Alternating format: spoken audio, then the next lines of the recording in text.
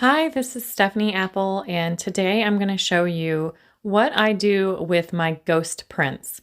So whenever you are gel printing, oftentimes after you're done printing your glorious layers, you have some paint left on the gel press, which is what you see here.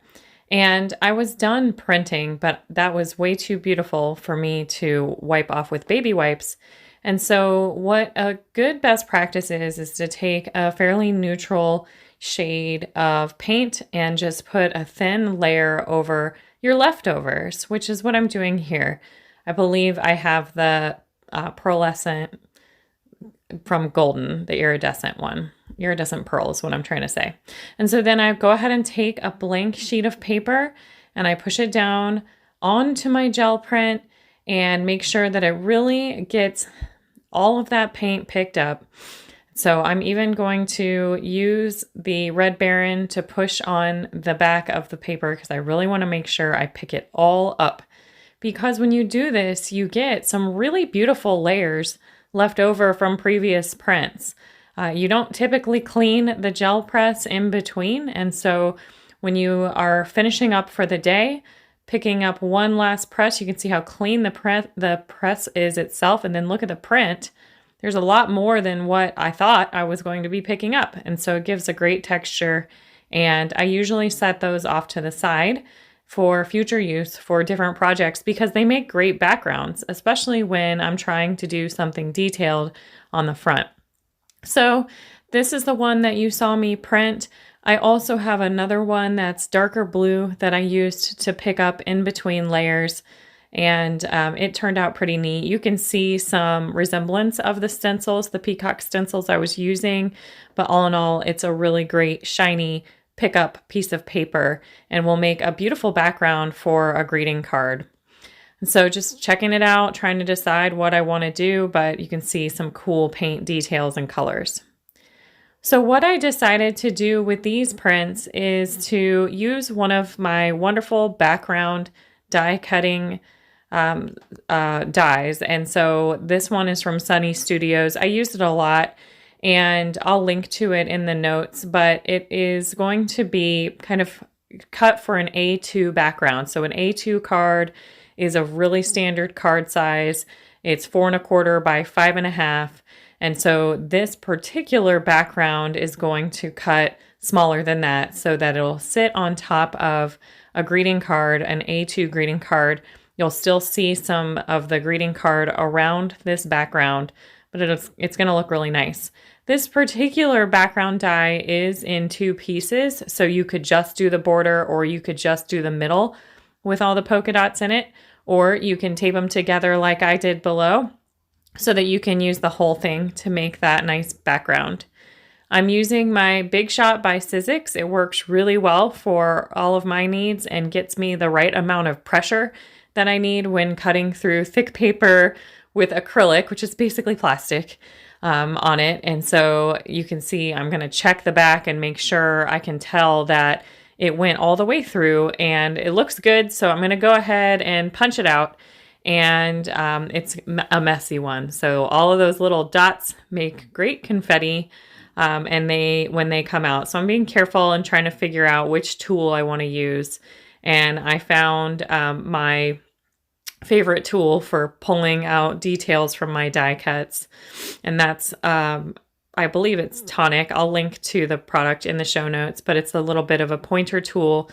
And you can see there's plenty of dots that came out automatically and plenty that didn't. So I start to tackle it and then I'm like, I'll get back to that later. So I decide to set it off to the side and go ahead and cut out the rest of my backgrounds. And if you are into confetti, this is a great die cutting background for you because you can collect all those little dots and save them for later for future use.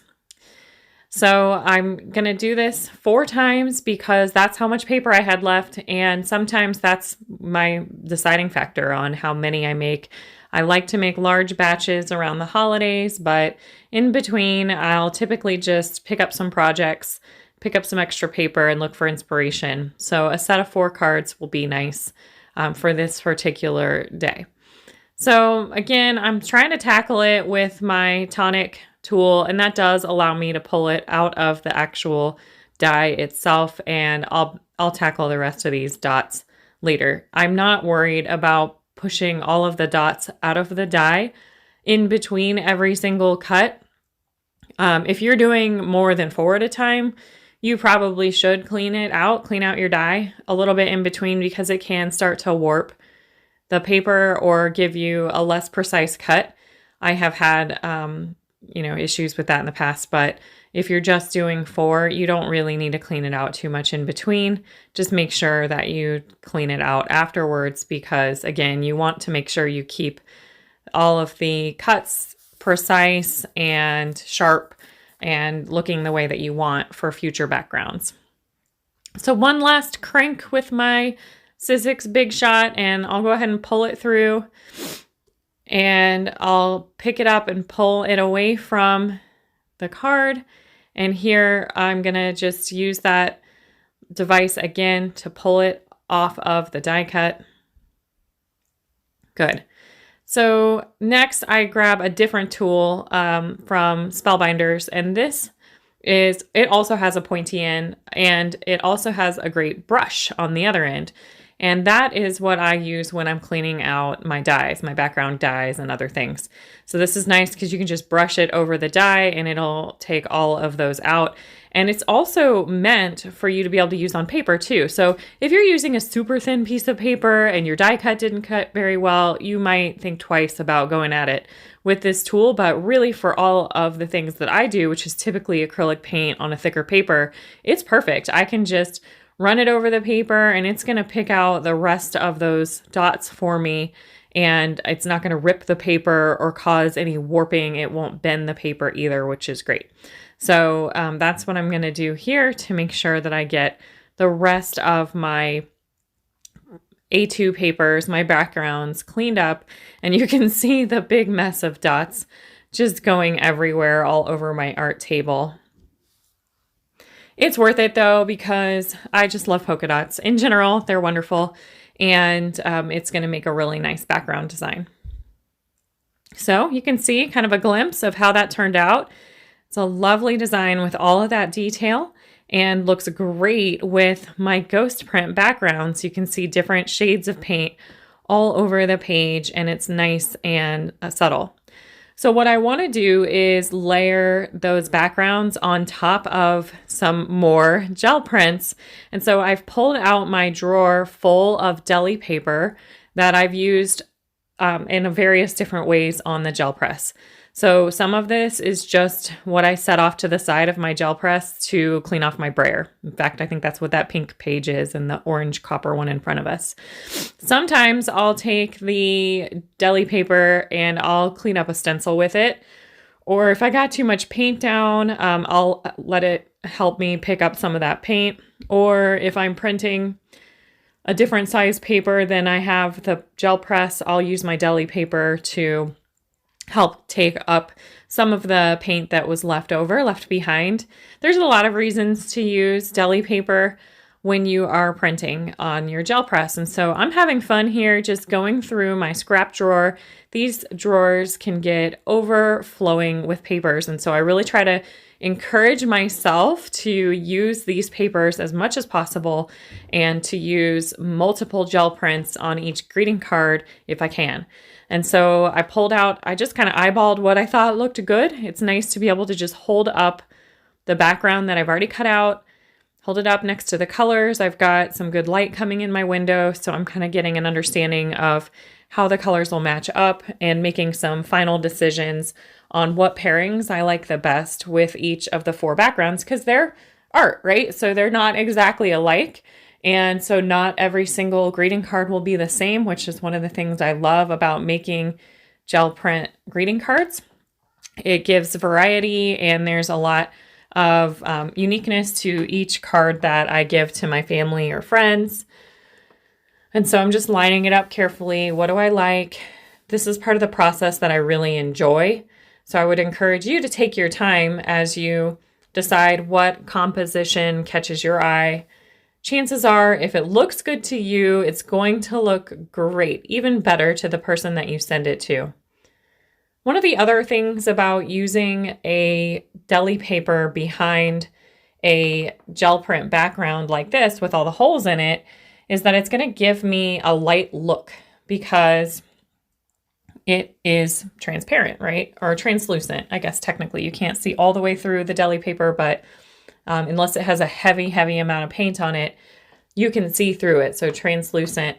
And so it's going to give this nice look behind the background. And so then I'm just kind of measuring it up, how it allows me to kind of use my background as a viewfinder. So I kind of pick the part of the page that I like the best and then trim it down, not really worried about an exact science, just again, trying to eyeball what I think looks best to me and what I think would pair up nicely as I'm putting the colors together for my final product. So then just trimming it down with my cutting board. This, I don't know where you can get this rotary cutter anymore. It's by Fiskars. I probably got it at Michael's or Amazon a long time ago, but it seems to be discontinued. So if I ever find it again, I'll link to it. But any rotary trimmer where you can use replaceable blades would be ideal for you as well.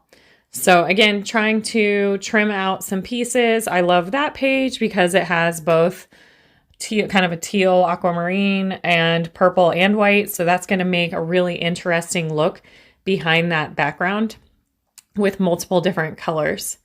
And then I'll just continue to trim it down and make a composition that looks good to me.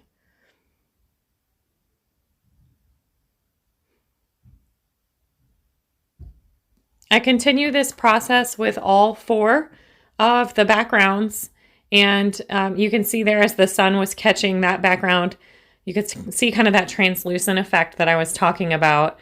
And while you won't quite get that much of a translucent effect on it because I'm going to be adhering it to a greeting card, you can kind of get an understanding of why it's a different look than just simply placing the original background, the polka dots, directly onto a greeting card. This is going to make it more interesting and more eye-catching to the person that receives the greeting card. I love how that has some pink coming through. Multiple colors showing up behind the first layer. It's hard to cover up art with more art, but that's part of the process when you're making greeting cards using a process that's similar to collaging, which is kind of what I do. I know I watch collage artists rip up their beautiful art to make collages, but that's part of the fun of it and part of the process. Okay, so almost done. I almost have all 4 of them cut out, and then it will be time for me to adhere them together. So since it's again, that deli paper is pretty thin, I found some double-sided tape that's 1/8 of an inch, and that is how I'm going to go ahead and put the deli paper onto the background. So I flip the background over. So that's the blank side.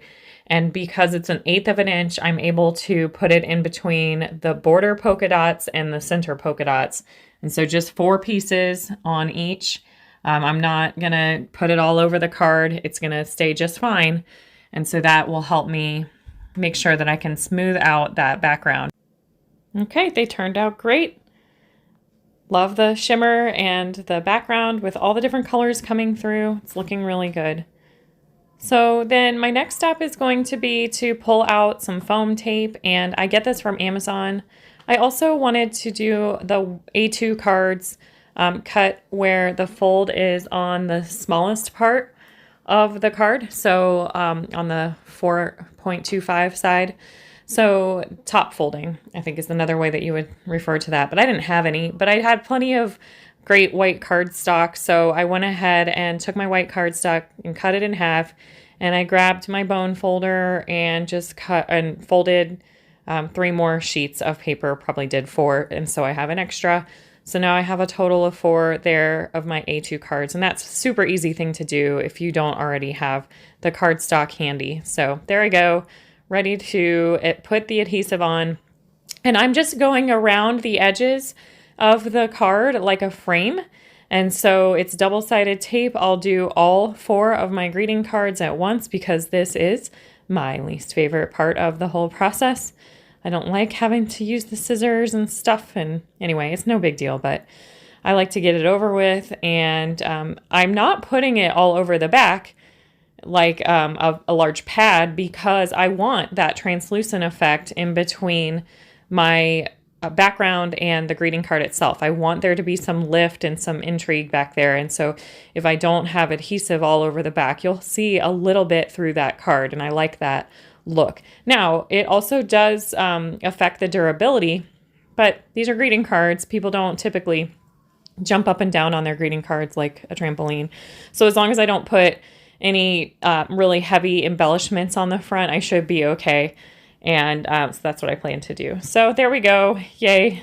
Already moving on from this double-sided tape experiment, and going to pull off all of the background to the tape at once so that I can enjoy the process of just smashing those down on the front of the greeting cards and getting my final look. And so here we go, just kind of lining it up. You can see a little bit of that white around the background, but for the most part, this great A2 background takes up most of the greeting card. So it really is a complete design when you're using those background dies to make a greeting card. And so adding that extra interest by using my gel prints in the A2 dies makes it look extra special rather than just, a plain one color piece of cardstock. So it adds to that look. So now I need to decide on a sentiment, and I found this great stamp from Altenew. I label mine with my little label maker. This one's called Succulents, but that way I can keep them straight. And so I'm using my MISTI, the Most Incredible Stamping Tool, to help me line up. I haven't decided which succulent I'm using, and I have these A2 sized scraps of white paper that I just decide to go ahead and use. So moment here, I realized that I'm using A2 cardstock, and I decided later to watercolor these. And so I really should have used watercolor paper, but the surface area is not that large, so you'll see how that turns out. But anyway, preview. And my Ranger archival ink is what I trust if I'm going to be putting water on the page. And then there's my cloth to help me clean up in between stampings. But let me go back to the archival ink. So I've tested a lot of different inks against watercolors because I like stamping and then going in and either watercoloring later or adding some other element of mixed media that is wet. And so there are plenty of inks out there that are going to run and become messed up once you add another element to them. But these archival inks stay put, and they stay put relatively quickly. The first time I use it, I typically have to print more than once, and these do come with re-inkers, so additional ink that I can add to the pad if I need it to be a darker black if I'm running out of ink. So they're super easy to use that way. I really love them a lot. So I go ahead and give myself a couple different prints there to make sure it's nice and dark. And so I'll do this 4 times, and then I pull out my watercolors. I use Holbein. I have a couple of different sets, but this is my favorite, and it has a ton of great colors. And so you shouldn't use just plain cardstock for watercoloring. But again, like I said, the surface area was pretty small, so it doesn't warp too bad, but it's not ideal. It's not the most ideal surface for watercoloring. So I just want to put that disclaimer out here. The positive, though, is that it perfectly matches my cardstock, which is great because sometimes when I am using watercolor paper for purposes like this, my watercolor paper is not bright white. I don't keep that at my house. I probably should. But my greeting card background is bright white. And so it kind of bothers me to have an off-white watercolor paper on top of a bright white background. So pros and cons, right? So I decided to try to pick up some colors that are already in the background from the gel prints. And so I used some, just some colors that I had already mixed up and then added some more to try to bring out some dimension. At this point, I really haven't decided which of the plants I'm going to use. I like them both. So this gives me some versatility once I cut them out to set them on my greeting card and decide which one I like the best. So I'm having some fun with the watercolors and just taking my time It's a really fun process. My brush is new. I've never used it before. That's always kind of fun. I got a Catalyst by Princeton. And it's pretty good. It seems to hold the water really well, and it has good control from what I can tell just from this one test drive of this particular paintbrush. But I picked it up when I was on spring break in Chattanooga at a great little art store they have on the north end, and so wanted to give that a try today. Okay, so I've made my designs, adding some little darker accents on there to just bring out those leaves and give it a little bit of dimension so it's not just flat one color. And again, I can't use too much water because I decided to use plain cardstock instead of watercolor paper, so it wouldn't absorb it too well. All right, so now I'm gonna cut them out. And so this Altenew set has its matching die cuts, and I keep those on magnetic sheets by Artbin to keep everything organized. And so then I'm gonna pull out my Sizzix again, my Big Shot, and then tape down the dies in place so that they cut out the designs really well. And then I'm gonna show you a hack to do it again and again if you're making multiple greeting cards. But there's my first round, and I've, as you can see, replaced my little plastic sheet in between because the other one was well warped and well used. So I've got a brand new sheet plastic in between to help cut out. And so just punching it out, that looks really nice. They always surprise me with how nice they look once you get them all cut out. And so what you can do is actually keep that sheet that you have taped your dies to, and you can lay it on top of your next one because you used a MISTI. If you used a MISTI to stamp, they're going to be positioned in the same place every time.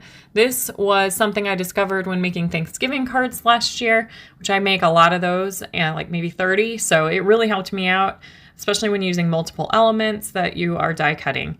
And so there, it popped out just fine, and it's so much easier than having to line it up and mess with tape every single time, and I love it. All right, so I'll just set those off to the side, and I've decided to go with the bigger succulent, and now I am going to use the Congratulations stamp from that same set.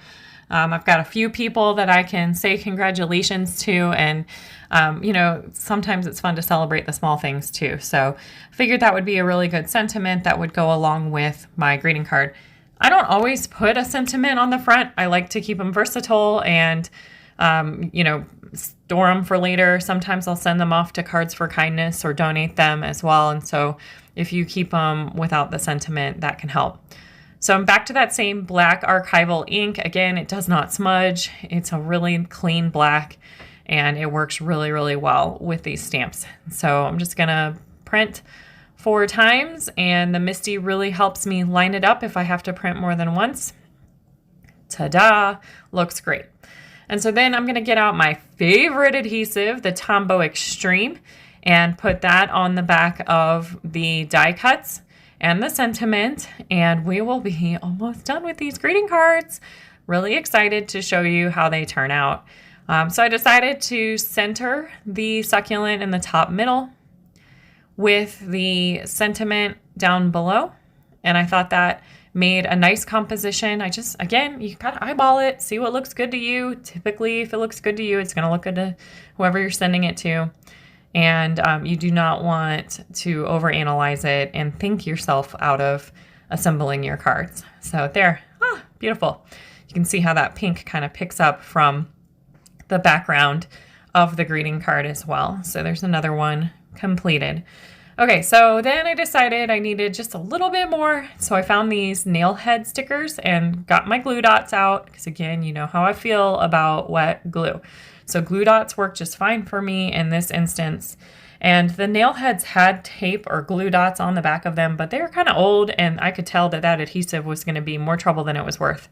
So I just pulled those little nail head designs or elements off of the glue that they came on and put them on my new glue dots so I can make sure that they stick and they arrive in the mail intact for whoever I'm going to be sending them to. So I made sure it worked once, and then again, in my true bulk fashion, I will put all of the rest of them. So I think I need 8 total. So I put all 7 of the rest of them on the glue dot sheet at once. And then I can pull them off all at the same time and assemble all at the same time. It's a good way to get through your work, probably any type of work, not just greeting cards, is to batch your tasks so that you can complete things in a way that helps you mark things off the list and feel like you're really making progress. So that's what I'm doing here. Again, just gonna put those. There were already some holes punched out on that sentiment piece, and so that's what gave me the idea. I thought, well, wouldn't it be nice if it looked like I was doing some sort of nail head on top of it, and so that's what this is. And it doesn't add too much dimension. Sometimes when you put gems on greeting cards, that adds a lot of dimension that will punch through the envelope when you send it in the mail, but these are pretty flat. And now for the last piece, I'm going to punch my logo on the back of each of the cards, and here you go. This is how they turned out. I hope you enjoyed today. Please subscribe to my YouTube channel and head over to my blog. I'll link all of the products that I use, or at least most of them, down below in the description for the YouTube video, as well as over on my blog at Apple+Made.com. So thank you so much and happy crafting.